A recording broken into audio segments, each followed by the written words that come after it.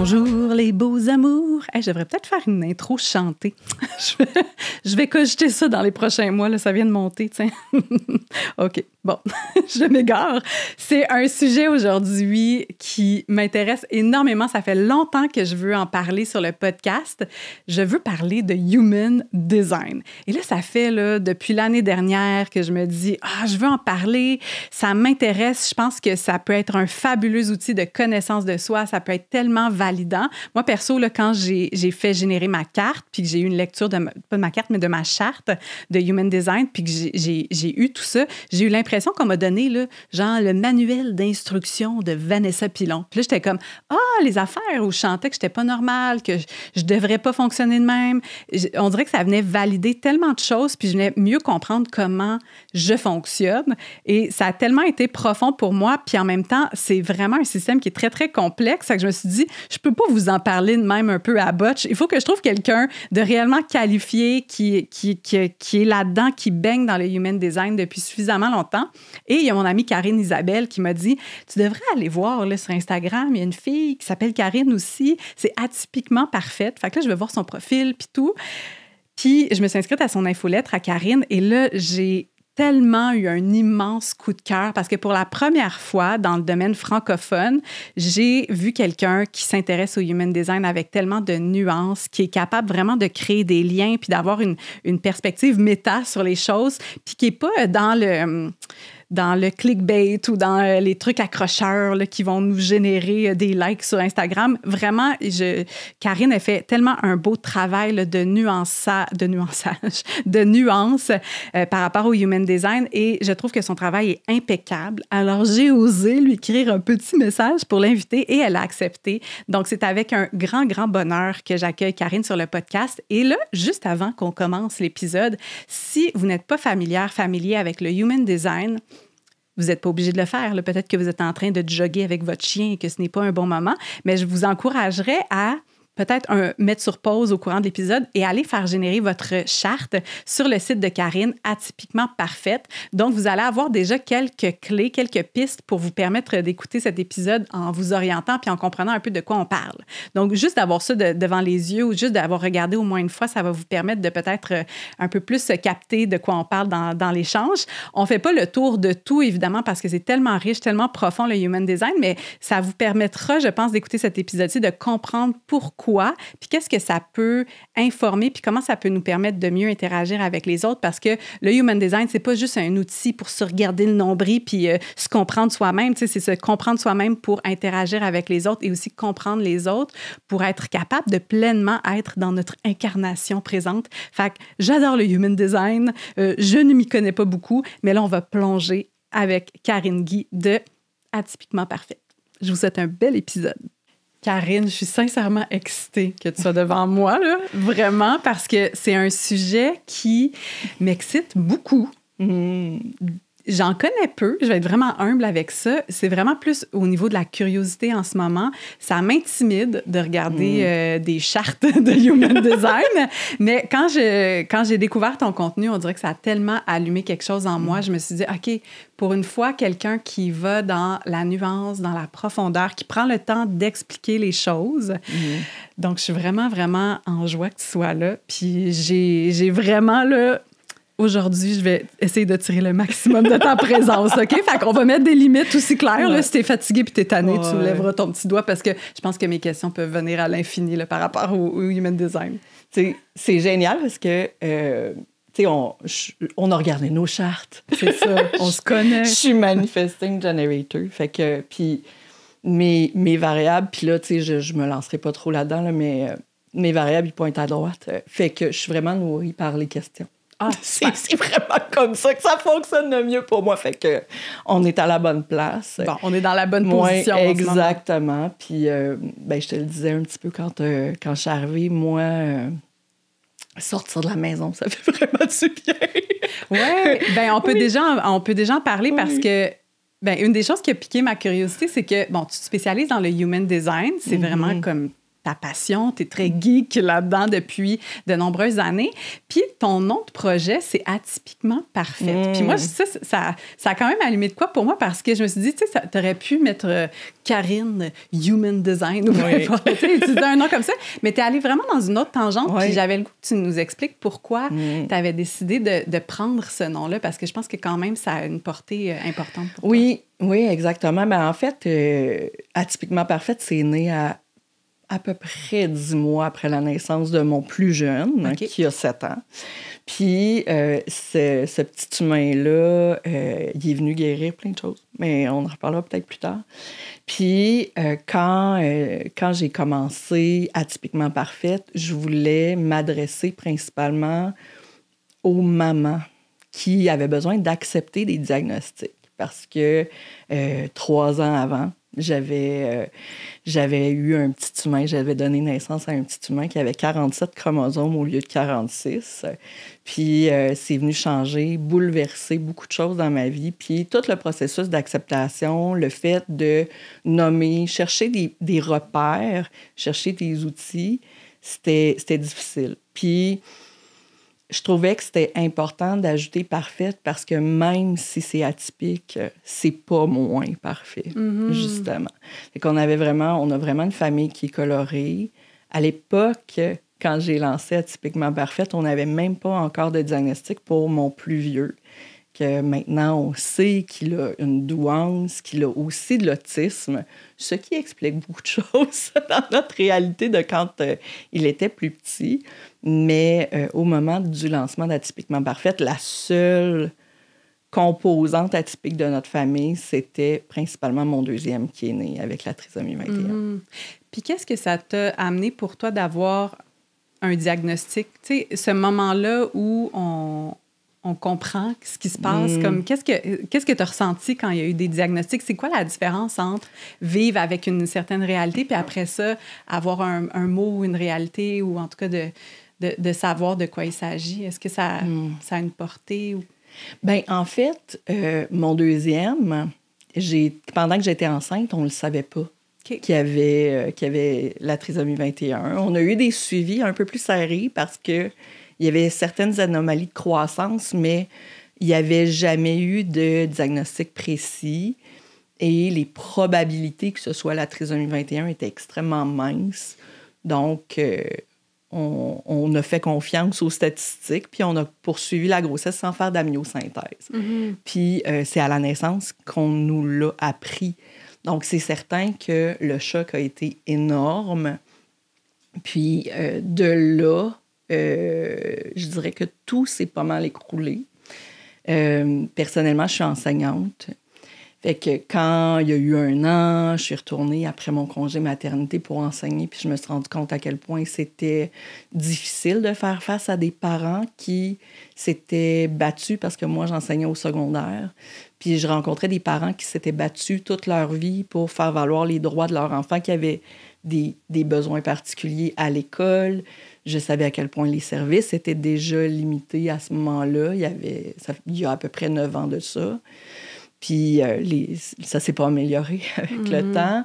Donc, pour moi, il y avait toute la composante d'acceptation du diagnostic et le fait que je comprenais beaucoup de toutes les autres implications qui venaient de mon bagage précédent. Puis, pour vrai, pour dire que j'étais capable de parler de son diagnostic sans pleurer, ça a dû prendre 6 ans. Ah ouais? Oui. Puis après ça, on a eu le diagnostic de mon plus vieux.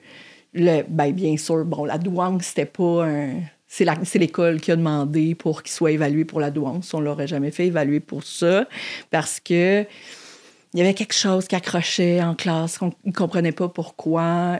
C'était difficile, son comportement, puis tout ça. Puis on a eu juste une réponse que, OK, il a un haut potentiel intellectuel et il y a de la difficulté à s'adapter dans un contexte où les autres ne pensent pas de la même façon que lui. Fait que là, on a dit, OK, c'est correct, ça se peut, tu sais, il est un peu émotionnel, il y a un petit peu plus de défis à écouter les autres. Fait que, tu sais, il va s'ajuster avec le temps. Et finalement, on a eu accès à une classe pour enfants doués. Il y avait une école pas très loin de chez nous où il avait ouvert une classe pour les enfants qui vivaient avec une douance. Fait qu'on a fait une demande d'admission, il a été admis. Et même là, il y avait des choses qui accrochaient, donc ils nous ont recommandé fortement de le faire évaluer une deuxième fois. Et je me suis rendu compte à quel point j'avais progressé puis cheminé avec les mots quand finalement la psychologue nous a annoncé « Non, bien, votre fils, finalement, il est autiste ». Ça m'a pas donné de choc ou de pincement au cœur. J'ai pas senti de contraction en dedans. Mm-hmm. J'ai dit « OK, enfin, on va pouvoir travailler avec les bons outils ». Oui, c'est ça. Tu avais vraiment cheminé par rapport à comment on reçoit ce... Exactement.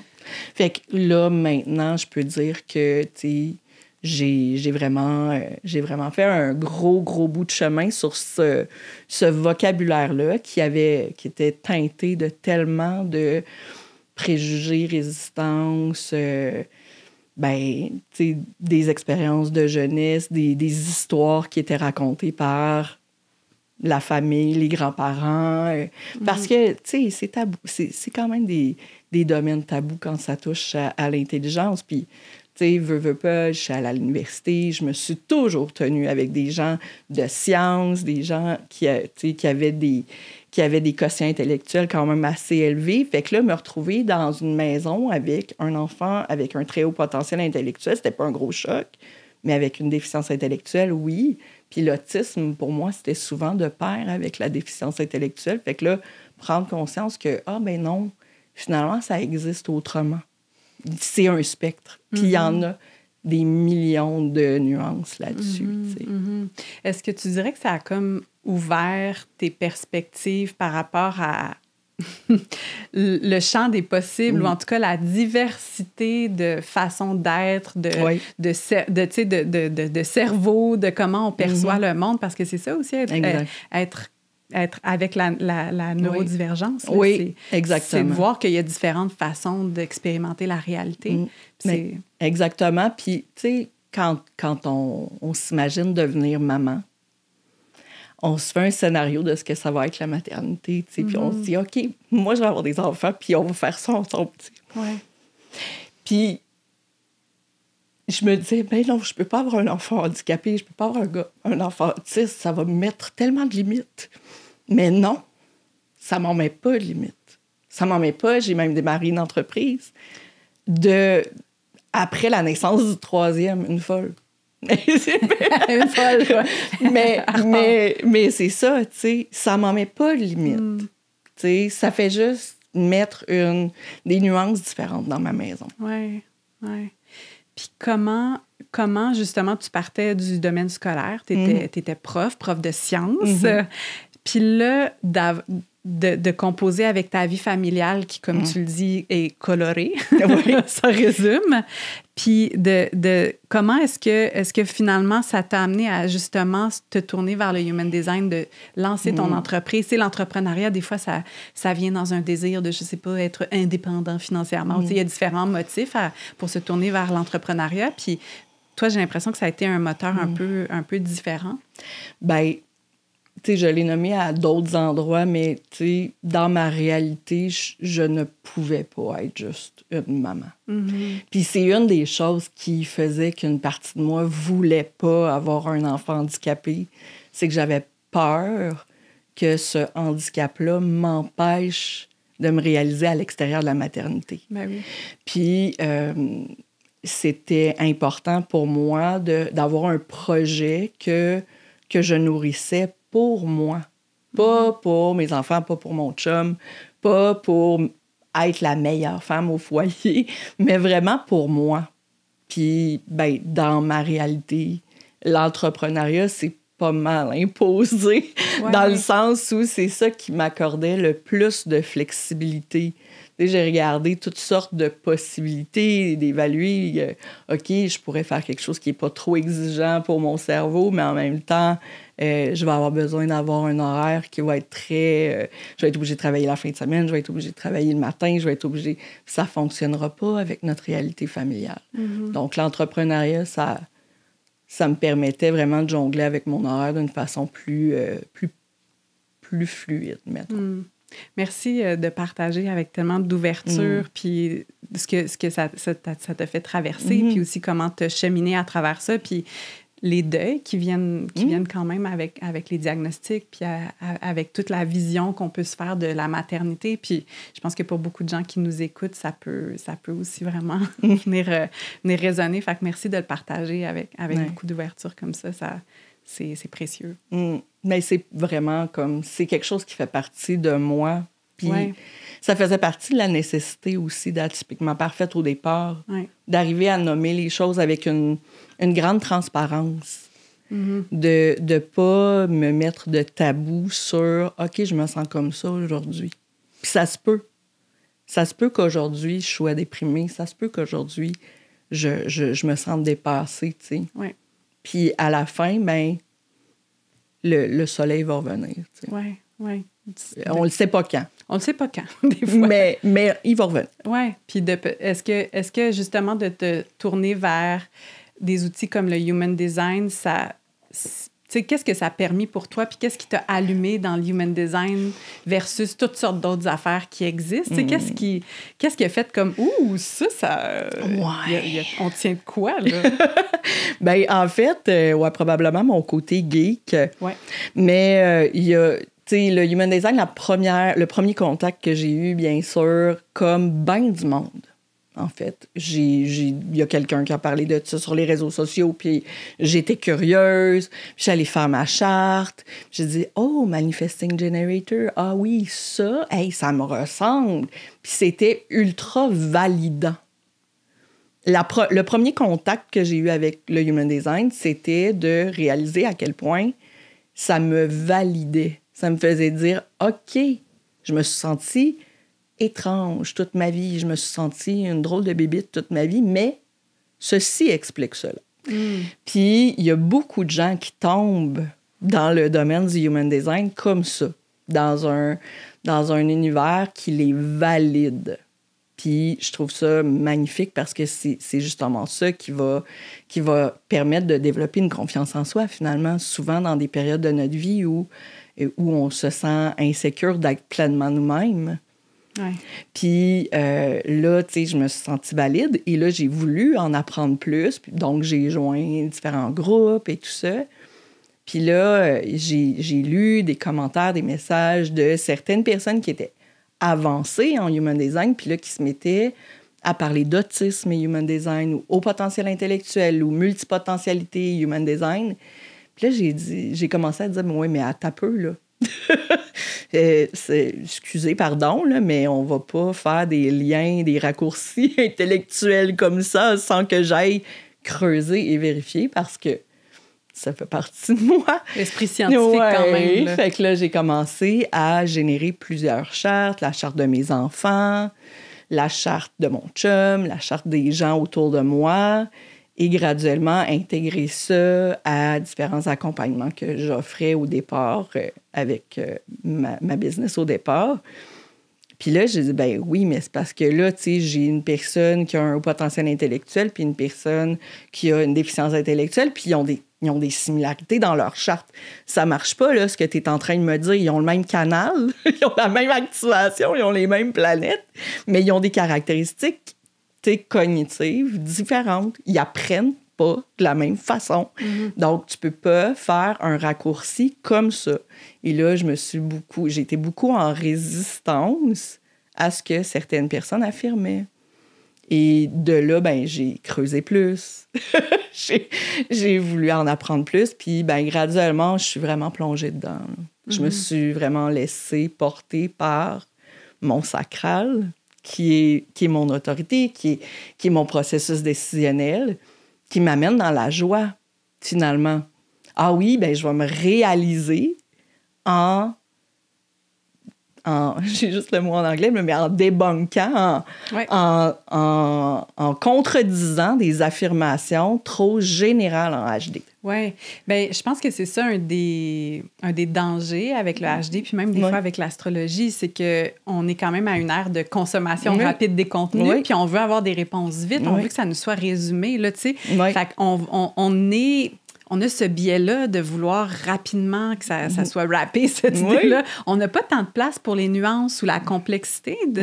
Puis je vois que dans le Human Design, plus je plonge dedans, plus je me rends compte que c'est riche. Il y a plusieurs niveaux. Il y a justement des subtilités. C'est juste que c'est sûr que si tu regardes sur Instagram, là, puis que c'est comme Manifesting Generator, voici 3 façons. Tu sais, on dirait que ça rend pas justice à toute la richesse de ce système-là.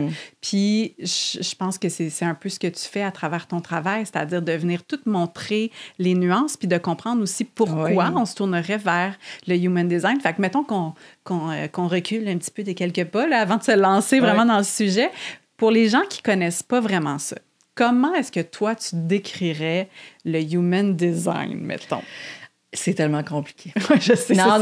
En fait, souvent, j'utilise la voie de la pleine conscience. Ouais. Je dis que le Human Design, c'est comme un gros exercice de pleine conscience avec une carte de toi-même. Fait que tu as une carte avec toutes sortes de couleurs puis de zones blanches et tu peux cibler exactement là où tu portes ton attention, dans le présent. Puis c'est vraiment ça, dans le fond. C'est vraiment un système à travers lequel tu te reconnectes profondément avec ton corps. OK, oui, tu génères une charte avec tes données de naissance, incluant l'heure et le lieu. Oui, tu mélanges de l'astrologie avec de la physique quantique, avec de la kabbale, avec du bouddhisme aussi, des fois. Puis, tu sais, une petite touche subtile de I Ching. Mais, tu sais, c'est vraiment un système qui est multidimensionnel. Puis, il y a tellement de nuances et de profondeur sur lesquelles on peut aller que je pense que l'exercice de pleine conscience avec une carte, c'est ce qui ressemble le plus à ce qu'on met en pratique, finalement. Ben, moi, c'est ça qui m'a attirée, c'est que c'est pas une carte du ciel. Non. C'est pas extérieur. Ça reste quand même que quand on fait générer notre charte, c'est quand même un corps humain. Là, fait qu'il y a des centres énergétiques. Tu sais, il y a un rapport au corps, il y a un rapport à soi avec le ressenti. Je trouve que par rapport à l'astrologie, puis tu pourrais me dire comment toi, tu différencies un l'autre, puis comment tu les utilises peut-être en complémentarité, mais justement, que j'avais l'impression, en regardant ma charte puis en étant avec le Human Design, que je pouvais l'amener dans ma vie de tous les jours de façon concrète. Tu sais, pas juste avec des grandes idées ou des archétypes. Où il y avait quelque chose dans ma vie de tous les jours, dans comment je me sens dans mon corps. Puis ça amène à de la pleine conscience. Parce que là, t'es comme... Tu sais, tout à l'heure, tu as parlé de « ça me sert ».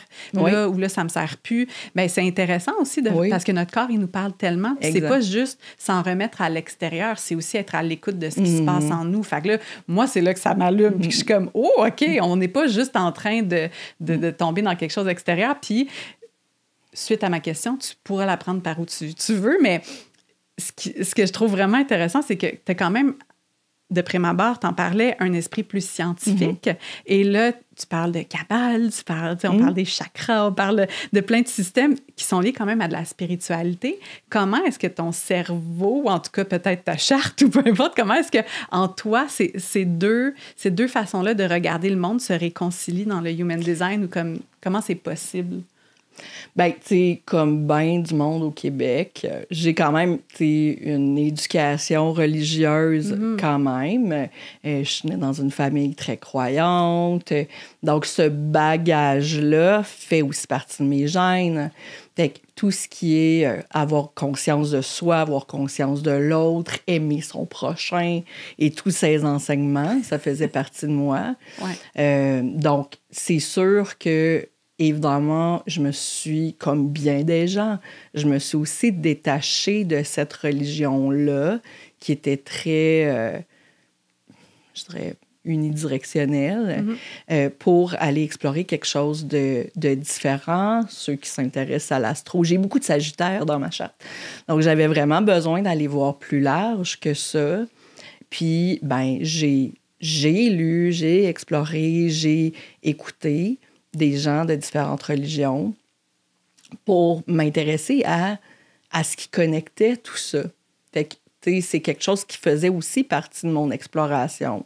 On est des êtres complexes. Donc, juste dire que je suis scientifique, ça limite beaucoup mon identité. Comme la naissance de mon fils m'a fait me retirer un peu de ma définition que j'avais d'être quelqu'un d'intellectuel.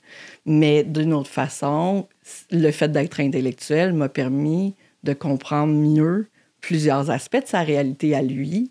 Donc, tu sais, on a toutes ces tonalités-là et ces nuances-là à l'intérieur de nous-mêmes. Fait que c'est un peu ça qui m'a amené à m'intéresser puis à rester accrochée à ce domaine-là qui est multidimensionnel lui aussi. Puis, ça vient d'où le Human Design? Parce que c'est quand même récent. C'est pas... quand on parle d'astrologie, les gens s'y référaient. Il y a de cela très longtemps. Mais le Human Design, c'est assez récent. Ça... C'est un Montréalais, puis j'ai vraiment pas de talent avec les noms, donc je me rappelle pas son nom d'origine, mais c'est un monsieur blanc qui s'appelle maintenant, ou plutôt il est décédé à ce jour, mais qui s'est renommé Raourou et qui a reçu, dans le milieu des années 80, une prophétie d'une voix. Fait que là, il a passé 3 jours et 3 nuits dans un, je sais pas, sur une pierre ou dans le milieu d'un chalet, là. Je suis pas sûre. On sait pas trop c'est quoi le mythe, là. Il a reçu cette prophétie-là. Il a écrit sans arrêt pendant 3 jours et 3 nuits toutes sortes de données, toutes sortes d'informations que la source lui transmettait. Et de là est né le Human Design. Puis il était à Ibiza, hein, pour l'histoire, c'est important. Fait qu'il s'est rassemblé avec les gens qui connaissaient là-bas, puis il a commencé à expérimenter le Human Design, puis il a commencé à faire des conférences et tout ça dans les années 90 à propos, justement, du système qu'il avait commencé à expérimenter, à développer d'une façon un peu plus structurée. Et dans l'histoire, il y a plusieurs informations qui lui ont été transmises par la source qui, finalement, se rapprochent de plusieurs autres savoirs spirituels d'un peu partout dans le monde. Mais apparemment, lui, il ne les avait jamais étudiés. OK. C'est la source qui lui a transmis. Mais moi, j'ai fait le chemin inverse. Je suis partie de son système. J'ai dit, ah oui, ça ressemble à ça. Fait que là, je suis allée lire. Puis finalement, j'ai retrouvé plein de choses qui étaient dites dans le Human Design à travers des découvertes que j'ai faites. Fait que, est-ce qu'il les avait lues? Est-ce qu'il les avait pas lues? Est-ce que c'est quelque chose qu'il avait déjà appris à quelque part? Son histoire ne le dit pas. OK. Puis à partir de là, bon, il y a eu comme un système. Puis il y a des gens qui pratiquent. Donc, j'imagine qu'au fil des ans aussi, les gens qui sont praticiens de Human Design, on va appeler ça de même, Human Designers, vous l'appropriez aussi, puis vous y mettez votre saveur, puis votre couleur, j'imagine un peu comme dans l'astrologie. Tu dirais que toi, mettons, ta saveur, là, ton petit umami sur le Human Design, ça serait quoi? Geek, ascendant geek, là. Vraiment. Il y a une école, en fait, il y a des écoles officielles qui sont reconnues par le Human Design. Personnellement, je n'ai pas suivi cette voie. J'ai fait vraiment un processus très, très personnel. À chaque fois que j'ai vu des écoles apparaître, à chaque fois que j'ai vu des livres apparaître, j'ai demandé à mon autorité intérieure à savoir si c'était une bonne décision ou non pour moi. Et souvent, ça m'a amené vers des livres beaucoup plus que vers des gens pour apprendre. Puis, mais la plupart des gens vont suivre des cours dans différentes écoles. La plupart des écoles maintenant, en 2024, c'est des écoles qui sont non officielles, non reconnues officiellement. De ce que je vois en français, la formation officielle en Human Design amène les gens à avoir vraiment une méthode. Pas s'approprier nécessairement l'enseignement, mais avoir une méthode qui est très uniformisée. Tandis que les écoles un peu plus alternatives, si on veut, on va avoir une approche qui est vraiment plus, justement, dans le même sens que l'astrologie, là, de l'appropriation, puis on travaille avec, puis on lui donne nos nuances et nos couleurs. OK. Puis là, les gens qui écoutent notre podcast en ce moment puis qui se disent, bon, là, ça m'intéresse, moi, le Human Design, on peut aller générer notre charte, entre autres, sur ton site web, atypiquement parfaite. Et là, disons qu'on a fait générer notre charte, on part de notre, un peu comme dans l'astro, là, heure de naissance, date de naissance, lieu, puis là, après ça, il y a un petit corps qui nous apparaît avec toutes sortes de lignes puis plein d'affaires. Ça a l'air bien compliqué, là. Fait que, mettons qu'on fait générer notre charte. Qu'est-ce qu'on regarde? Tu sais, toi, quand tu vois une charte ou comme quand on regarde, qu'est-ce qu'on regarde dans le Human Design? Puis qu'est-ce que ça nous dit sur nous? Je sais que c'est une très, très large question, mais les premières affaires, là, tu sais, là, tu as parlé de ton type, pas ton type, ton type. Oui, mon type et mon autorité. C'est ça. Ton Manifesting Generator, c'est comme la première affaire qu'on entend quand on parle de Human Design, là, c'est genre de 5. Oui, il y en a 5. Il y en a... Ah, vas-y. Fait qu'est-ce qu'on regarde, là? Puis qu'est-ce que ça nous dit? OK, plongeons dans le sujet. Oui, plongeons dans le sujet.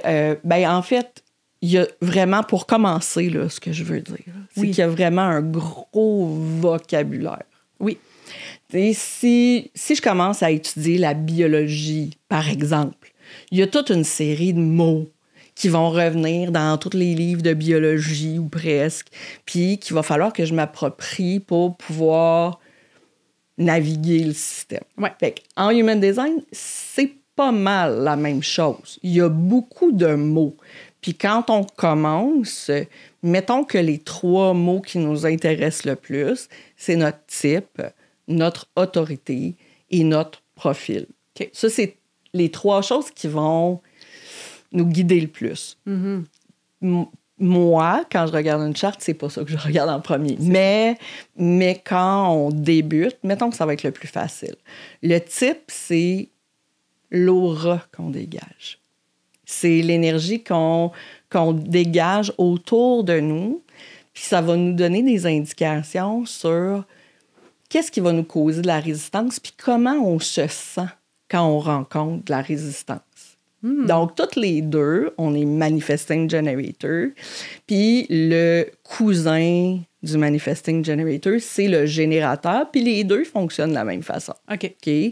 Dans les livres originaux, d'ailleurs, générateur et Manifesting Generator s'appellent générateur. C'est ça, c'est pour ça que je disais pas 5. C'est parce que si on lit les livres officiels du Human Design, ça va être toute la même chose. Ça va tout s'appeler générateur.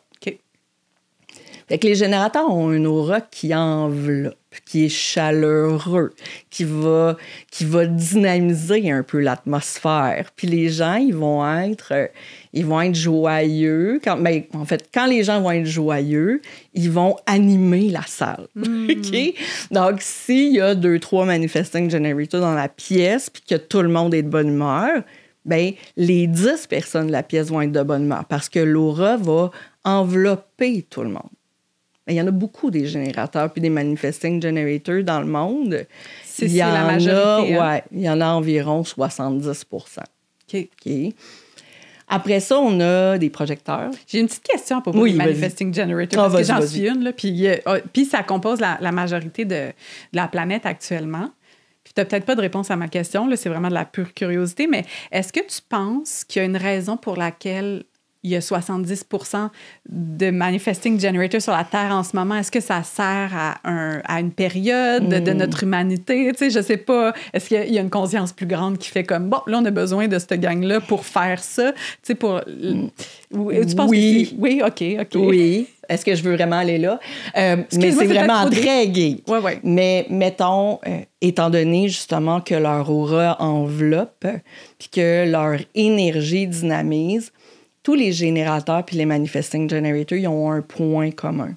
C'est un centre énergétique spécifique qui est défini. Tous les autres qui ne sont pas de ce groupe-là, il n'est pas défini. Il existe, mais il n'est pas défini. Il fait juste amplifier l'énergie des générateurs et des manifesting generators. Donc, on peut pas avoir un trop grand pourcentage de gens qui ont un centre, ce centre-là qui s'appelle le sacral, qui est non défini, parce que sinon, on se drainerait trop vite. Il se passerait pas grand-chose. Il se passerait des choses, mais mettons que la Terre n'aurait pas pu se développer au point où il s'est développé sans cette énergie sacrale-là. Ça prend un certain pourcentage pour créer une espèce de dynamique. OK.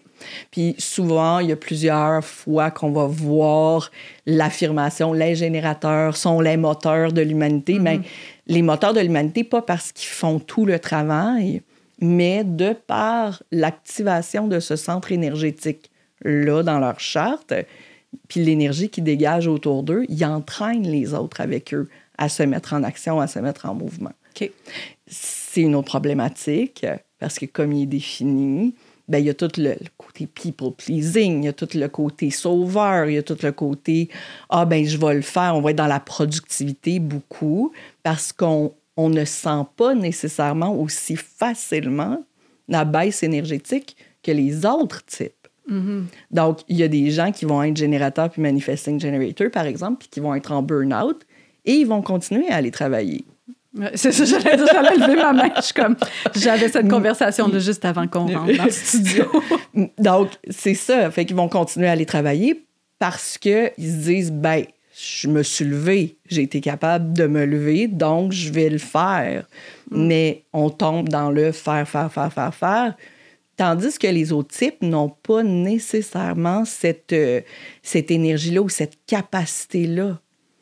Et mettons qu'on parle de conditionnement, je viens d'une famille où il y avait certainement énormément de générateurs et de manifesting generators, et ceux qui ne se levaient pas étaient des paresseux. Ouais. Et ça fait partie beaucoup de notre culture, de se dire qu'il faut être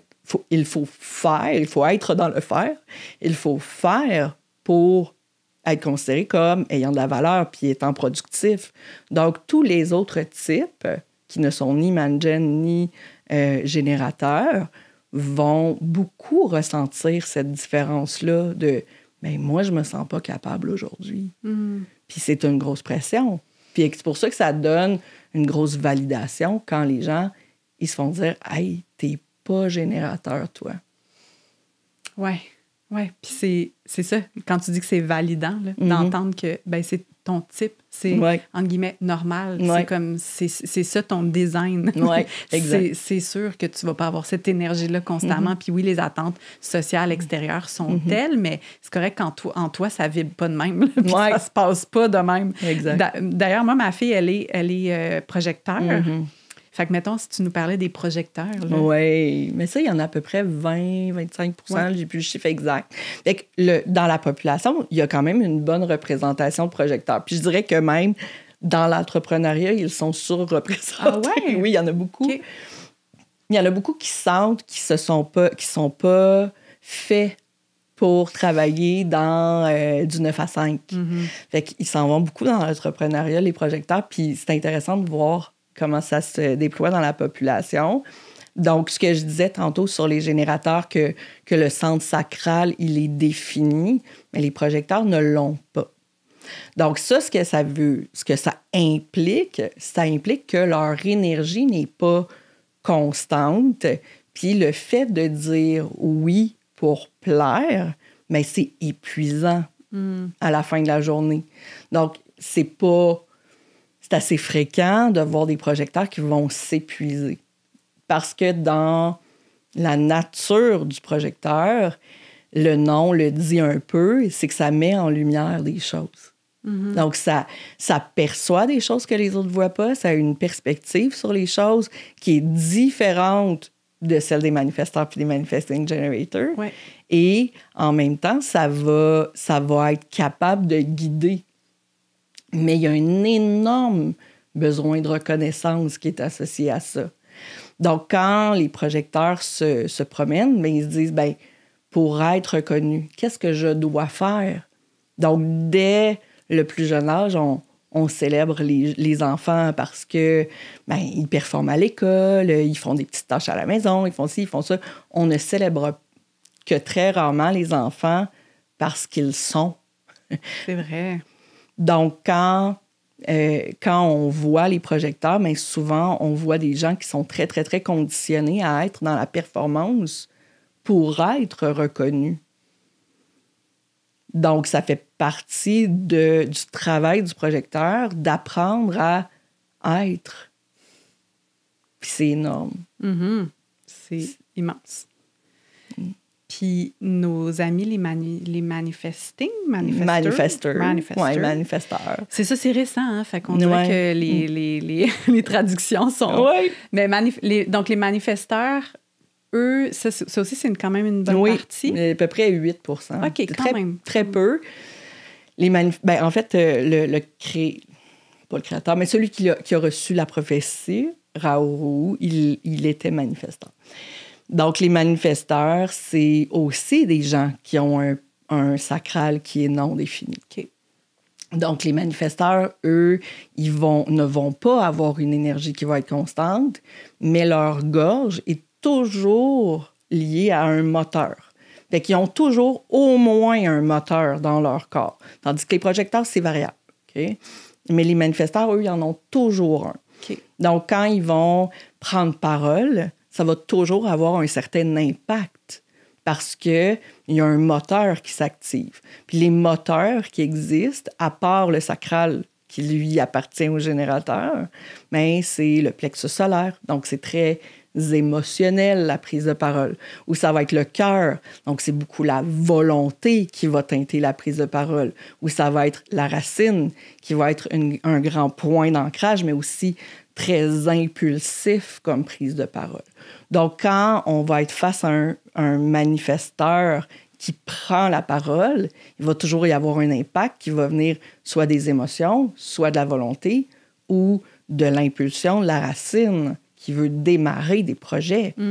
Donc, les manifesteurs, eux, leur travail, c'est justement d'initier des projets. Mais ils initient des projets en informant les autres. Donc, je commence tel projet, blablabla. Ils vont en parler. Ils vont en parler. Okay. Mais souvent, les manifesteurs se font enseigner que avant de commencer, tu dois demander l'autorisation. Donc, souvent, les manifesteurs adultes se rendent compte qu'ils ont été conditionnés à ne pas informer parce que, justement, ils prennent leur indépendance en disant « Mais je vais arrêter, moi, de demander la permission, je vais faire les choses sans demander la permission. » Et là, ça devient comme une rébellion, une grande résistance à l'intérieur. Ils vont arrêter d'informer. Mais en même temps, ils ont besoin d'apprendre à informer avant de prendre action pour ne pas rencontrer la résistance extérieure. Puis le meilleur moyen de montrer à un manifesteur qu'on reconnaît aussi la nécessité de créer de la fluidité, c'est de l'informer aussi quand nous, on prend action.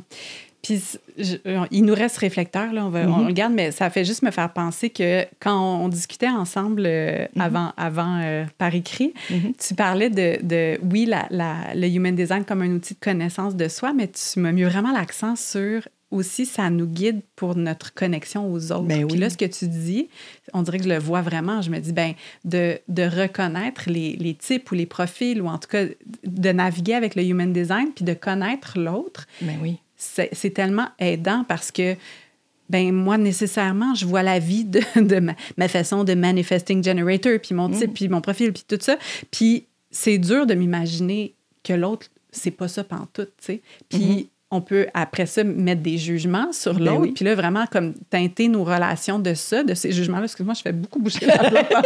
C'est exactement ce que je disais. Elle fait partie de l'entrevue. Non, mais gesticule, qu'est-ce que tu veux? En tout cas, le ficus est comme coudon. Elle est pas reposante, cette madame.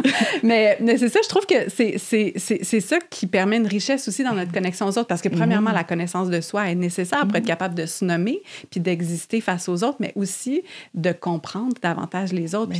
D'être capable de rentrer en relation comme ça plutôt que d'attendre des autres qui fassent la même affaire. Puis que je trouve ça tellement beau. Là. Ben oui, Puis c'est là aussi, tu sais, que ça m'amène, je veux dire, dans les dernières années, forcément.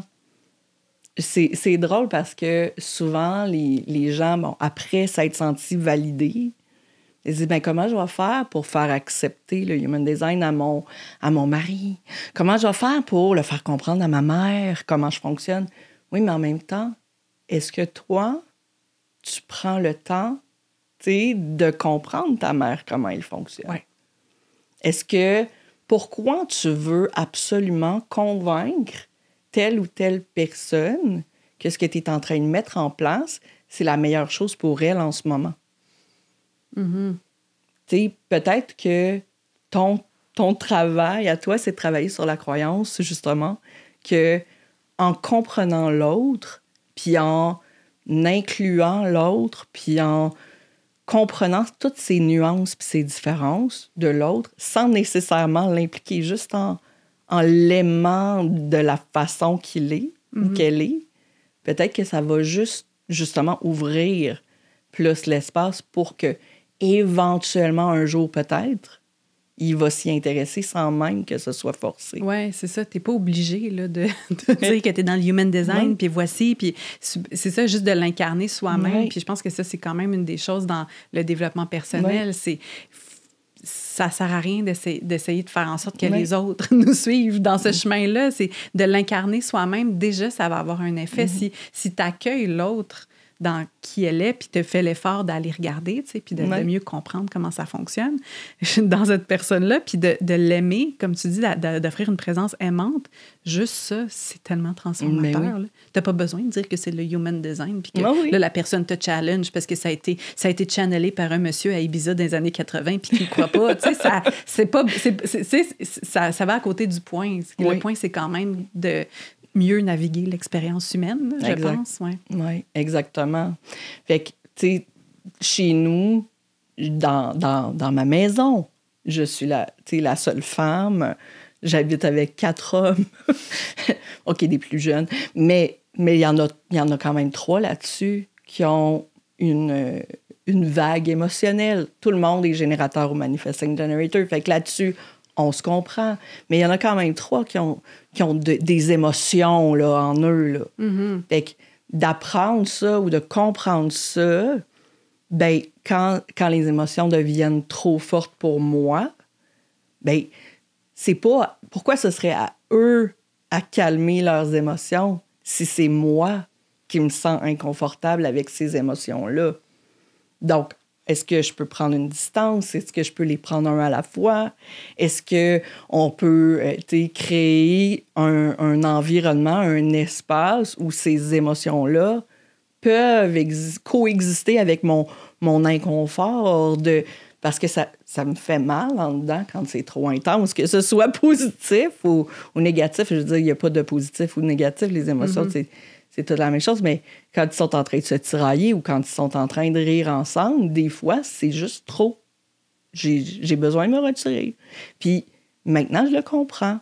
Puis c'est correct. C'est correct parce que c'est pas eux qui sont inconfortables. C'est moi qui est inconfortable avec cette énergie-là qui est dans la pièce. Mais c'est ça que je dis un peu aussi avec la pleine conscience. C'est, OK, cet inconfort-là, c'est pas mal. C'est juste un signal que c'est trop.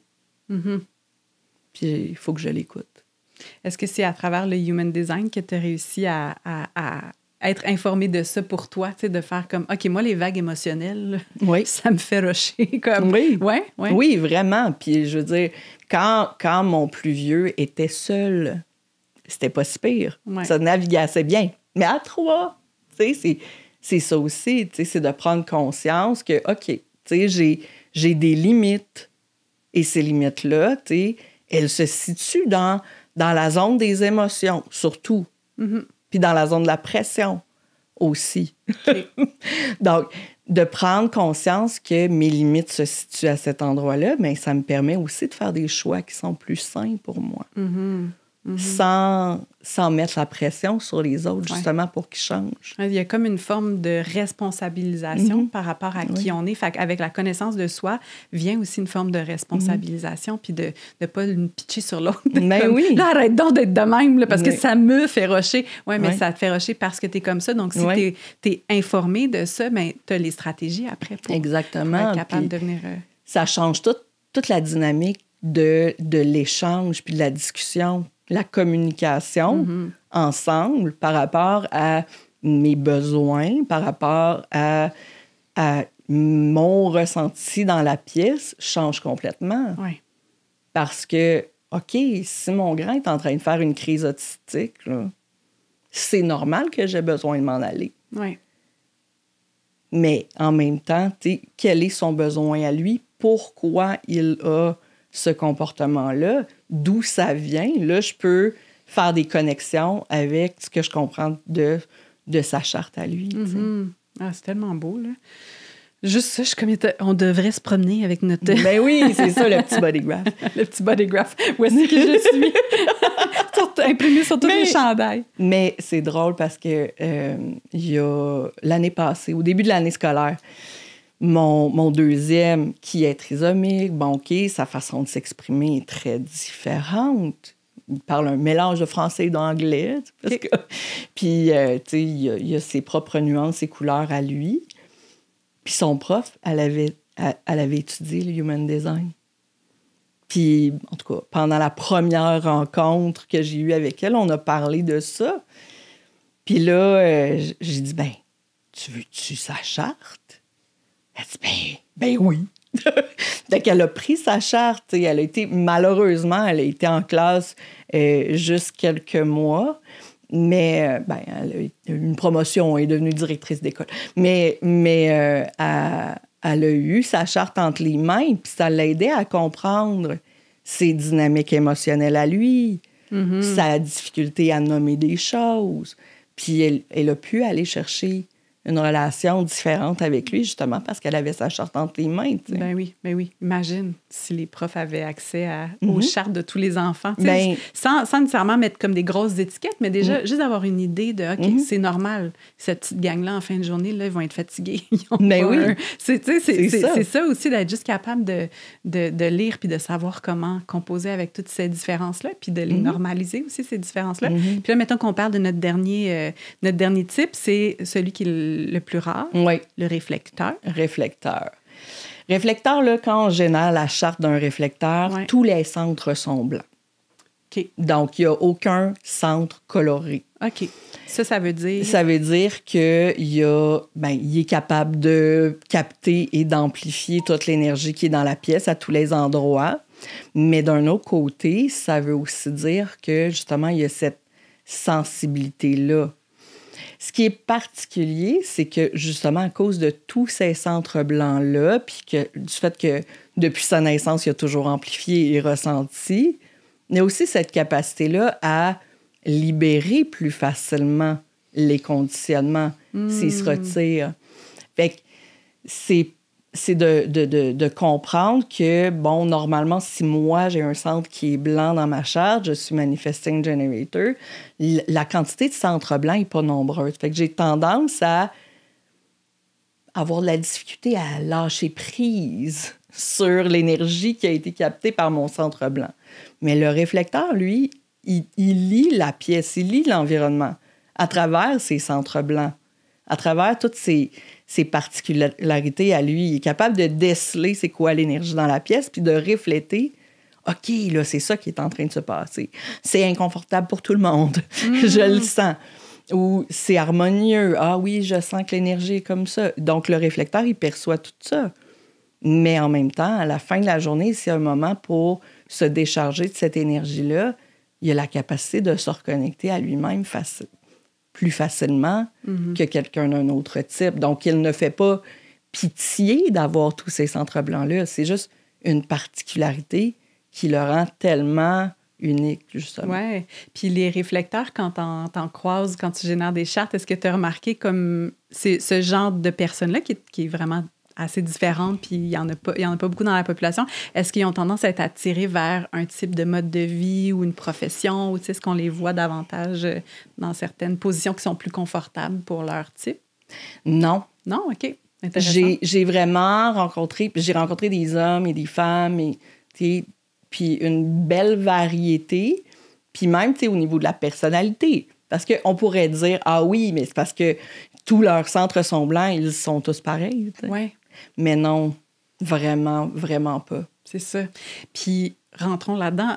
Il y a 5 types, mais il y a tellement ensuite de nuances, notamment avec les profils. Puis, c'est ça aussi, là, ça vient tout enrichir puis nuancer Exactement. chacun de ces types-là. Fait que c'est des grandes lignes, là, y aller Oui. avec ces types-là. Mais après ça, on rentre dans toutes les autres. Oui, le fine-tuning. Oui, le fine-tuning. Mais c'est ça, je veux dire, j'ai rencontré des générateurs, donc leur centre de la gorge n'était pas défini, qui étaient des grands orateurs ou des grandes personnes qui parlaient beaucoup, alors que normalement, la gorge, pour pouvoir avoir une fluidité de parole, pour que ce soit facile, pour que ce soit que ça ne demande pas trop d'énergie au quotidien, bien, le fait qu'elle soit définie, ça aide énormément. Okay. Parce que le fait que les centres soient colorés, c'est des ondes énergétiques qui sont fiables pour nous. Okay. Donc, c'est pas quelque chose qui est épuisant. Donc, si, par exemple, je reviens aux émotions, parce qu'il y a à peu près 50% de la population qui a le plexus solaire défini, finalement. Donc, si je reviens aux émotions, bien, si ce centre-là, il est défini, les émotions, c'est pas quelque chose qui est épuisant. C'est quelque chose qui est normal. C'est quelque chose qu'on navigue depuis qu'on est bébé. C'est la joie puis la tristesse en dedans de 5 minutes. C'est vraiment cette variation-là qui influence toute la vie puis qui colore notre perception de la vie à tous les jours. Mais quand on a le plexus solaire qui est non défini, comme moi, mettons, puis toi, mais 50% de la population, les émotions, c'est épuisant. Oui. Parce que ça vient d'un espace qui n'est pas défini.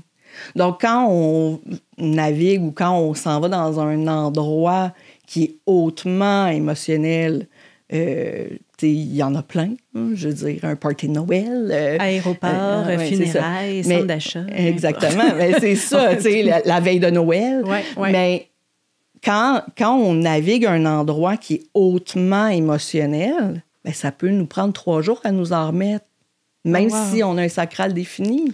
On dirait là, que juste ce que tu viens de dire, je l'avais jamais regardé de même, puis là, ça vient vraiment de me valider. Puis genre, il y a un poids qui est tombé de mes épaules de genre, c'est normal que je trouve ça too much, Noël. C'est normal que, comme toutes ces choses-là, je trouve ça intense. Ben oui, mais en même temps, il y a 50% de la population qui a le plexus solaire défini, puis 50% qui ne l'a pas. Fait que c'est sûr que ça amène des incompréhensions. Mm-hmm. Tu sais, ça amène des « OK, ouais, mais je vais pas y dire ça, ça va y faire vivre plein d'émotions, puis moi, je serai pas confortable après. » Avec les émotions de l'autre, ben oui. Fait que, tu sais, ça nous amène à taire des parties de nous pour éviter un inconfort qui vient de l'énergie unique de l'autre. Fait qu'au niveau relationnel, encore une fois, ça complexifie énormément les relations. Mm-hmm. Donc ça, c'est le plexus solaire. Oui. Fait que là, mettons, quand il y a différents centres qui sont définis versus pas définis, qu'est-ce que ça nous dit? Tu sais, mettons, j'ai, je sais pas, la gorge définie ou la gorge pas définie. Ou, tu sais, qu'est-ce que ça... Est-ce que ça veut dire à peu près la même affaire pour chacun des centres ou pas vraiment? Chaque centre a une fonction. OK. Il y en a 9 au total. Donc, quand ils sont colorés, on va dire le mot de vocabulaire, c'est défini. Okay. Donc, quand ils sont colorés, ils sont définis. Ça veut dire qu'ils sont connectés avec un autre. Il y a de l'énergie qui circule d'une certaine façon. En nous. Oui, en nous, à cet endroit-là, spécifiquement, de cette façon-là spécifiquement. C'est très spécifique.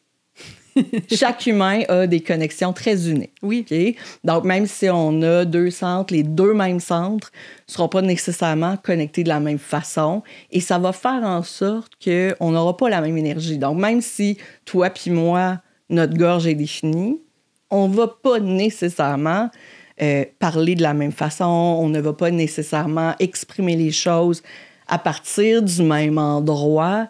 Donc, ça va faire en sorte que ça se peut qu'il y ait des incompréhensions. Donc, quand le centre, il est défini, bien, cette énergie-là, on la connaît, elle est constante pour nous. C'est quelque chose qui est fluide théoriquement si on fait des bons choix pour nous. On ne va pas s'épuiser en faisant ça. OK.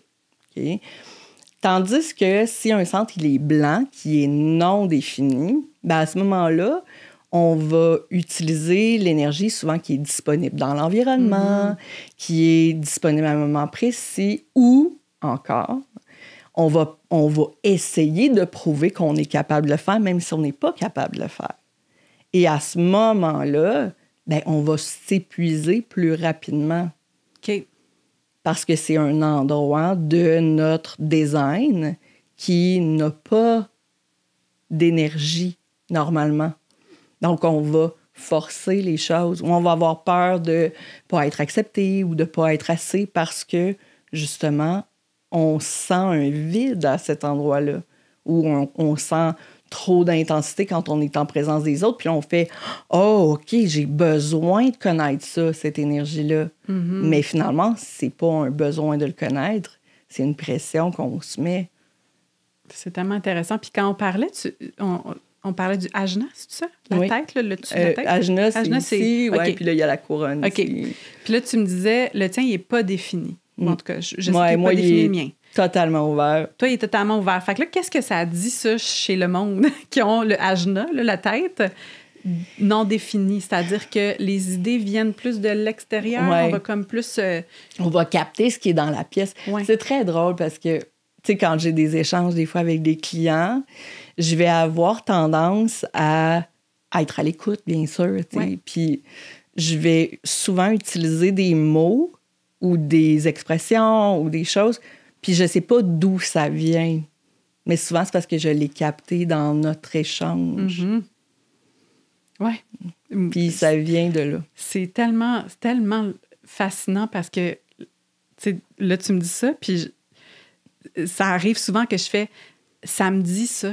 Tu comprends? C'est comme, même dans mes choix de mots, c'est bizarre parce que ça me vient de nulle part, mais il y a quelque chose que j'ai pas l'impression que je l'ai généré, cette pensée-là. Tu sais, mes questions, même des fois en entrevue, on dirait que je suis comme, où je dis des affaires, puis je suis comme, je savais pas que je portais ça en moi, mais c'est ça, je pense que ça me valide en ce moment dans le, ah ben oui, OK, c'est ça, il y a comme une genre de... on peut juste dire channeling. Oui, mais de ce qui se passe, de ce qui est ambiant. Exactement. De l'énergie idées. De la pièce. Puis, tu sais, dans le Human Design, typiquement, tu sais, il y a vraiment des définitions très, très spécifiques des auras. Oui, l'aura des manifesteurs est comme ça, l'aura des projecteurs est comme ça. Mais ça dépend énormément des centres. OK. Puis, tu sais, ça fait partie de mon geekness, là. Mais je suis allée comme creuser, OK, oui, mais les manifesteurs, ils ont toujours ce canal-là ou ce canal-là ou ce canal-là. Ils peuvent pas avoir celui-là parce que sinon, ils ne seraient pas un manifesteur. Donc, je suis allée décortiquer les chartes comme ça. Puis, à un moment donné, j'avais un point de dire, OK, oui, mais c'est pour ça. L'aura dépend des connexions spécifiques entre les centres. Donc, quand on va dégager une certaine énergie, bien, ça va influencer les gens qui sont autour de nous. Fait que c'est sûr qu'un manifesteur qui va avoir un plexus solaire défini, puis un manifesteur qui va avoir le cœur défini, il ne va pas avoir le même impact autour de lui. Il ne va pas se sentir de la même façon. Puis ça va pas avoir la même influence sur la prise d'action ou sur le fait d'informer chez les autres.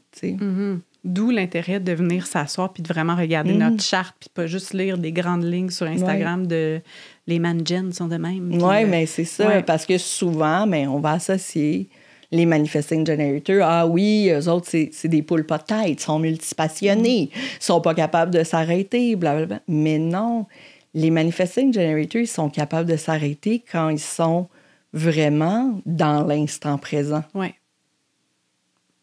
Puis, c'est la même chose. Ah oui, mais les générateurs peuvent pas être des grands orateurs. Oui, mais Céline Dion, elle a la gorge ouverte. Tu sais, je veux dire, il y a pas de je peux pas faire des généralités comme ça. Puis j'ai beaucoup entendu aussi des discours de « OK, oui, mais toi, tu peux pas comprendre parce que t'es manifesting generator. » Mais personne peut comprendre personne s'ils se parlent pas, tu sais. Tu sais, à la limite, là, je veux dire, je vais pas avoir besoin d'aller voir un autre manifesting generator pour sentir que j'ai besoin d'être comprise. C'est vrai que c'est validant, des fois, d'aller parler avec quelqu'un qui vit la même réalité que nous, comme c'est vrai que ça a été validant pour moi de rencontrer des parents d'enfants trisomiques. Mais en même temps, je n'ai pas besoin de vivre dans un environnement entouré uniquement de parents d'enfants trisomiques pour sentir que je fais partie du monde. Ouais. Puis je pense que ça ressemble aussi beaucoup à ça, tu sais. Je veux dire, les projecteurs, il y a des projecteurs qui disent « Ah oui, moi, je vais organiser des coachings puis des meetings en projecteur. » OK, c'est super intéressant. Mais après ça, qu'est-ce que tu vas faire? Tu vas vivre toute ta vie isolée? Puis, qu'est-ce qui va arriver quand tu vas rencontrer un projecteur émotionnel puis un projecteur mental qui a juste comme 2 centres définis dans sa tête, là? Ouais. Tu vas faire quoi? Vous êtes tellement différents. Ouais. Ben, c'est comme des grandes familles. Puis dans les familles, il y a toutes sortes de profils différents. Puis d'ailleurs, parlons-en des profils. Il y a, dans les types, après ça, il y a des profils. Ouais. Puis les profils, c'est là aussi où ça vient rajouter toutes sortes d'autres nuances. C'est vraiment le fun. Moi, mon profil, c'est 3-5. Oui. Quand j'ai lu qu'est-ce que ça voulait dire, ben juste le nom, j'ai fait « c'était peurant, ça ». Martyr hérétique, que ça dit pour moi. Ouais. Je suis comme pas 2 super mots, hein, qu'on a le goût de vivre. On n'a pas le goût de vivre avec ça. Ouais. Mais en y plongeant, je suis comme, qu'il y a de la beauté là-dedans aussi. Fait que les profils, c'est ça, ça va être 2 chiffres qui se combinent, puis ensemble, ça va créer un genre de... un profil. Okay. Oui. Il existe 12 combinaisons possibles. Okay. Ça dépend du placement du soleil au moment de la naissance puis au moment du design. Puis j'aimerais ça, parler de ça un petit peu avant. En fait, une des choses qui différencie énormément le human design de l'astrologie, c'est justement ces 2 colonnes de chiffres-là. Okay? Donc, quand on génère la charte, il y a le body graph au milieu, puis il y a 2 colonnes de chiffres. Puis il y en a une qui est en noir, puis une qui est en rouge, ou en rose, puis en bleu. Là, ça dépend quel site que vous utilisez. Mais il y a 2 colonnes. Il y en a une qui correspond à la position des planètes au moment précis de la naissance, comme une carte du ciel. Puis tous les symboles, c'est les mêmes symboles que les planètes en astrologie. Ouais. Puis les chiffres, ça correspond à un endroit dans la carte du ciel. C'est juste qu'au lieu d'utiliser des signes puis des degrés, ils utilisent des hexagrammes. Okay? Puis c'est pour ça qu'il y a des chiffres. Puis après ça, dans l'autre colonne, c'est 88 degrés solaires avant la naissance, à peu près 3 mois avant la naissance, et c'est le design. Fait qu'on a en nous l'énergie de notre personnalité, de notre esprit. Si on veut aller là, on peut même dire l'énergie de notre âme. Puis on a aussi l'énergie de notre corps. Le design, c'est le véhicule qui est habité par cet esprit-là. Fait que quand on les combine ensemble, c'est ça qui fait le body graph. Donc, quand on rencontre d'autres humains, souvent, ces humains-là, ils voient juste le véhicule. Puis quand nous, à l'intérieur de nous, on se sent surtout notre esprit. Mais au cours de notre vie, ce qu'on fait, finalement, c'est qu'on apprivoise notre véhicule. On apprend à incarner notre véhicule, à arrêter d'être une dualité véhicule et esprit, mais à combiner les 2. Fait que c'est intéressant, parce que j'ai eu des discussions avec des gens, puis là, la personne, elle me disait « Ah oui, j'ai rencontré un gars en fin de semaine, puis quand on échangeait, tout ça, je sentais qu'il était comme ça. Puis au quotidien, après 1 mois et demi, je sentais qu'il était plus pareil. Mais là, c'est parce qu'elle commençait à découvrir l'esprit qui était dans le corps. Fait que c'est pas la même énergie. C'est une énergie qui forme un carré astrologique. C'est une énergie qui est vraiment... qui crée des tensions. C'est inconfortable quand on regarde ça d'un point de vue astrologique, mais de vivre puis d'incarner son corps, c'est inconfortable. C'est ça, toute l'expérience humaine. Fait que le profil, il vient de ces deux positions-là. OK. Il vient de ce carré-là. Fait que quand on regarde un profil 3-5 avec des noms comme martyr et hérétique, ben le 3, c'est la personnalité, c'est l'esprit.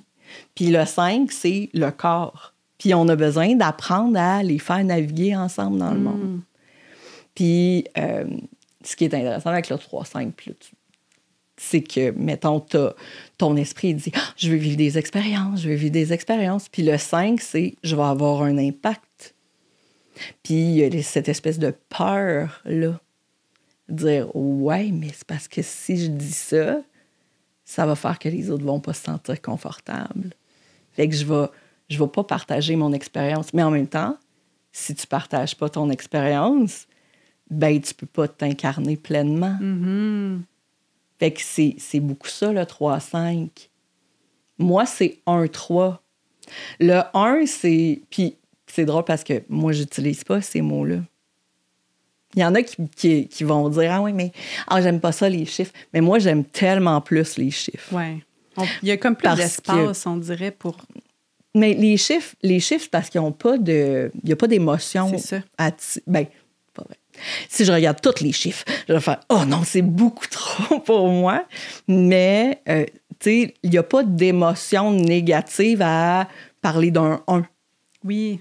Tandis que martyr, c'est « E-boy, ma vie sera pas facile. » C'est ça, c'est ça. Mais c'est ça. Fait que moi, j'utilise beaucoup... Tu n'utilises pas les mots. Beaucoup les chiffres. Puis en plus, ben souvent, je vais donner des formations à des gens qui ont suivi toutes sortes d'écoles en HD. Fait que je vais avoir des gens qui vont avoir appris des noms puis des gens qui vont avoir appris d'autres noms. Fait que je préfère uniformiser toute la patente en utilisant les numéros. OK. Mais les chiffres, ça va être 1 à 6 parce qu'en I Ching, il y a 6 lignes et chaque porte, c'est un hexagramme du I Ching. OK. Donc, le 1, dans mon cas, c'est le 1, 3. Donc, pour pouvoir m'incarner pleinement, mon esprit est vraiment assoiffé de connaissances. Il a besoin d'apprendre des choses. Il a besoin de développer une confiance pour partager ce qu'il apprend. Puis il y a quelque chose de très créatif, même si on n'en parle pas souvent. Il y a quelque chose de très créatif, justement, parce que en nageant dans les connaissances, ça devient ta matière première de création. Ben oui, ben oui. Puis le 3, c'est l'expérience. Fait qu'à partir de ce qui est connu, à partir de ce qui est appris, ben ça va venir nourrir les expériences que tu mets en pratique. Fait que c'est ça, un profil 1-3, Okay. disons. Puis il y en a 12 combinaisons comme ça. Mettons que je vais en prendre un autre au hasard, un chiffre qu'on n'a pas vu. On n'a pas parlé du 2 et du 4. Fait que 2-4, c'est un profil qui existe. Mettons qu'on parle de ça, de cette dualité-là. Donc, souvent, le 2, ça va être appelé ermite. Puis le 4, ça va être appelé opportuniste. Okay? Donc, si les gens vont sur un site qui génère avec des mots, probablement qu'ils vont dire « Ah oui, je suis un ermite opportuniste. » C'est bizarre. Fait que le 2, c'est quelqu'un qui va avoir une très, très grande sensibilité, qui va lire l'environnement, qui va chercher à se protéger, souvent quand c'est trop intense, donc d'où ermite, mais qui va avoir un côté, bien justement, cette sensibilité-là donne un espèce de don naturel pour pouvoir nommer les choses qui sont perçues. Puis d'un autre côté, tu as le 4 qui a vraiment besoin de faire des connexions humaines, qui a besoin de connecter avec des gens qui partagent les mêmes valeurs. Donc, qui va avoir besoin de graviter dans des cercles sociaux. Ça ne veut pas dire que les autres profils n'auront pas besoin de le faire, là. Ça veut juste dire que pour le 4, ça fait partie de sa raison de s'incarner. Mm-hmm. C'est ça qu'il apprivoise. Fait que s'il reste toujours dans son coin parce que son esprit lui dit « Ah, je suis tellement mieux quand je suis seule », bien, il ne va pas pouvoir s'incarner pleinement. Fait que les profils, c'est un petit peu des genres de tensions entre d'où on arrive, notre âme, puis ce qu'on est venu apprendre dans cette incarnation-ci, puis venir les réconcilier ensemble. Mm-hmm. Oui, c'est ça. Fait que le premier chiffre, c'est comme ce qu'on aime. Où est-ce qu'on est bien, c'est là, confortable. C'est ça. Ouais.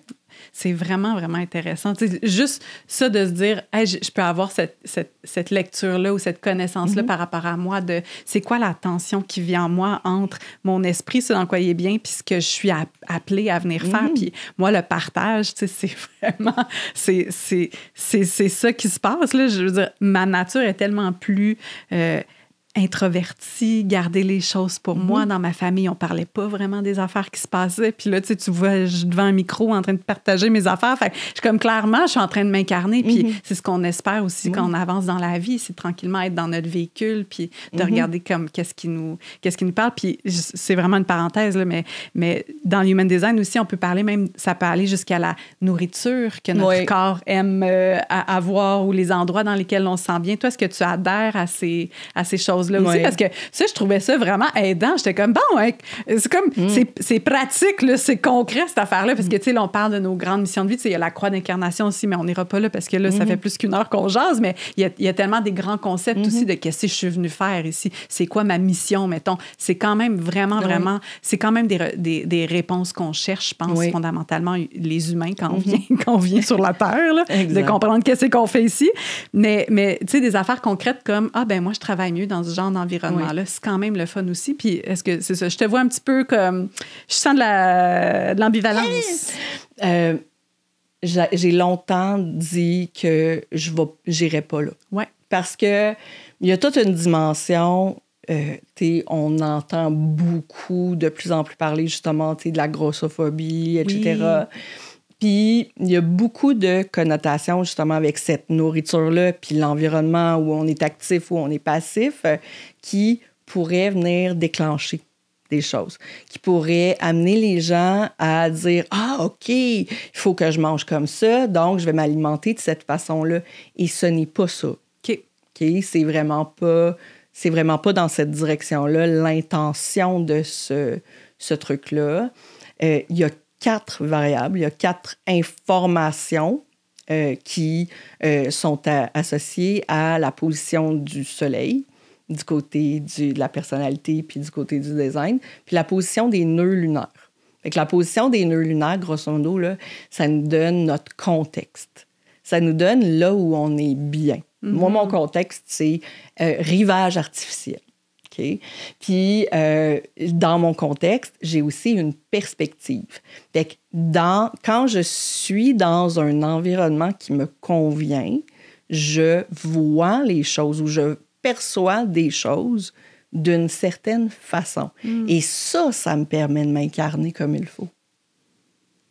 Fait que quand j'enseigne les variables, j'ai fait le choix d'enseigner les variables pas juste comme des entités vraiment distinctes, mais vraiment comme tout ce package-là qui vient avec le profil, avec la croix d'incarnation, puis avec l'axe des nœuds lunaires pour vraiment montrer aux personnes qui apprennent avec moi que c'est pas juste de dire « OK, hey, moi, je suis vraiment bien quand je suis assis dans le siège en arrière dans un café parce que je peux avoir une vue sur la porte », mais d'aller chercher vraiment toute la profondeur de « OK, là, maintenant, quand je suis assise à cet endroit-là, c'est pour ça que je me sens aussi relax pour lire tous les livres que je veux consommer, pour baigner dans les connaissances que je veux apprendre pour aller expérimenter ensuite en partageant avec les autres humains. »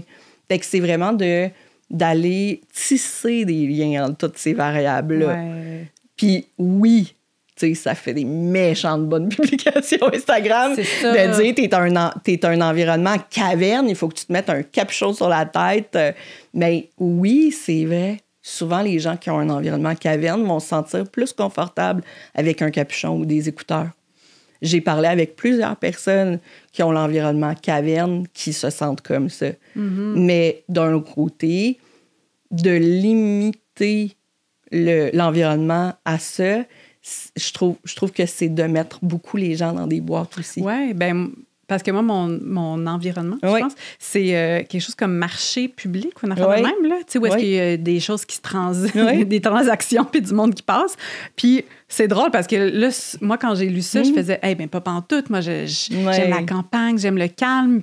Puis là, tu sais, justement, de comprendre ces nuances-là. Oui, mais c'est vrai que quand je vais dans un café ou quand je suis dans un endroit où je suis complètement anonyme puis qu'il y a du monde qui passe devant moi, il y a quelque chose qui se crée où ça me permet de m'amener dans une énergie de création puis de clarifier certaines idées. Fait que, tu sais, d'osciller entre différents milieux, tu sais. Puis j'avais une résistance. Moi aussi, je suis comme, bon, là, une autre affaire. Là, je vais pas me plier à ce que le human design me dit. Fait que je trouve ça beau que tu l'amènes comme ça aussi, de dire qu'il y a comme il y a tous ces points-là à considérer, puis que c'est ça. C'est pas juste comme voici ce que tu dois faire, puis voici comment tu dois manger, puis Hey, j'ai tellement de questions, là, puis en même temps, je sais qu'il faut que je m'arrête, là, parce qu'il y a des gens qui sont pas des manifesting generators qui nous écoutent en ce moment, qui sont peut-être fatigués. Pouette, en même temps, ils ont peut-être fait 4 fois pause là, dans cet épisode, mais j'aurais vraiment le goût de continuer parce que j'ai plein de questions. C'est super riche ce que tu offres. Là, je suis comme, on n'est même pas allé toucher là, puis on n'a pas fait ça, puis là, je dois faire des deuils de tout ça dont on n'a pas parlé, mais c'est tout le temps ça, les podcasts. On ne fait pas une formation avancée dans un sujet, mais je pense que ça peut vraiment ouvrir la porte. Puis là, pour les gens qui sont allumés là, par ce dont on vient de parler, le human design, ça pique leur curiosité. Ce serait quoi, disons, le premier pas que tu conseillerais de prendre? Puis où est-ce qu'on peut te trouver? Bien, je pourrais répondre à ces questions, mais je vais te laisser présenter comme orienter le guide touristique du human design. Tu nous envoies où? Bien, la première place pour découvrir justement sa charte, c'est de la générer. Il y a énormément de sites gratuits, mais bien sûr, le mien, c'est le meilleur. Bien, c'est sûr. Mais il y a un rapport. En fait, les gens peuvent télécharger un rapport gratuit de 10 pages s'ils génèrent leur charte sur mon site. Donc, ça va donner justement le type, le profil, l'autorité, donc qui vont permettre d'avoir une certaine petite base. Puis, ben il y a mon site un peu avec quelques informations, puis il y a beaucoup mon compte Instagram. Dans les dernières années, je l'ai bien nourri. Vraiment, vraiment. Non, mais c'est un des bons comptes Instagram, je trouve, où il y a du contenu pertinent, éducatif qui arrive de façon régulière, qui est varié aussi. Là, je vais te vanter, je vais te lancer des fleurs parce que je vois tout le travail que tu fais visiblement pour générer tout ce contenu-là. Ton infolette, c'est une de mes préférées. C'est une des seules que je lis, honnêtement. Là. Je dois en lire maximum 2 ou 3. Là. Les autres, j'ai ferme, j'ai jette. Mais la tienne, je l'ouvre parce qu'elle est intéressante, elle est éclairante aussi sur les transits, les choses qui se passent, les portes qui s'ouvrent, puis tout. Fait que aussi, il y a quelque chose qui est comme plus collectif. Fait que c'est vraiment intéressant aussi. Puis très, en tout cas, pour moi, je trouve ça super aidant, super clair aussi. Puis t'as des documents aussi qu'on peut acheter. T'as une boutique en ligne. J'ai une petite boutique en ligne avec quelques documents qu'il faudrait que je mette à jour, là, parce que ça fait déjà quelques années. En ce moment, je suis vraiment beaucoup dans les programme. Formation. J'ai une formation qui s'adresse aux débutants, donc pour faire de la lecture de charte, mais la plupart de mes programmes sont pour les gens qui connaissent déjà le HD puis qui veulent aller plus loin, justement, dans les nuances, parce que de ce que j'ai entendu comme ça à travers les branches, il y a très peu de formations qui vont explorer les nuances. Souvent, les formations vont aller vraiment tout de pointe pour expliquer qu'est-ce que c'est, tel type, tel profil, etc. Mais pour aller dans les nuances, puis les profondeurs, puis tisser des liens, il n'y en a pas beaucoup encore, puis encore moins en français. Donc, j'ai choisi d'aller vers ce créneau-là. Puis voilà. Puis des fois, je vais donner des petits ateliers comme ça, ici et là, gratuitement. Donc, c'est aussi une bonne façon d'apprivoiser le HD. Oui. Puis est-ce que tu fais encore des lectures de chartes pour les gens? Très peu. Hein? C'est ça J'ai demande. pas beaucoup de disponibilité. C'est possible de me contacter pour voir si j'en ai. Je fournis mon calendrier. Mais ouais, j'ai pas beaucoup de dispo pour plein de raisons, là, dont 3 enfants qui ont des particularités. Oui. C'est ça. Et des rendez-vous. C'est ça. Mais oui, c'est ça. Puis, donc, tu as plus envie d'être au service par la formation. Oui. Je pense que c'est... Ouais. Oui, mais en même temps, tu sais, ça me permet de former des personnes qui font des lectures aussi. Fait que je peux avoir peut-être aussi quelques noms à référer. Merci tellement pour ton temps, Karine. Je suis vraiment contente. Je vais retenir mes questions, puis on refera ça une autre fois si tu veux. Ou en tout cas, on pourra approfondir encore plus parce que là, on a mis la table. Là, mais maintenant que la table est mise, là, on va pouvoir déguster des bonnes affaires. Merci beaucoup. Merci à toi.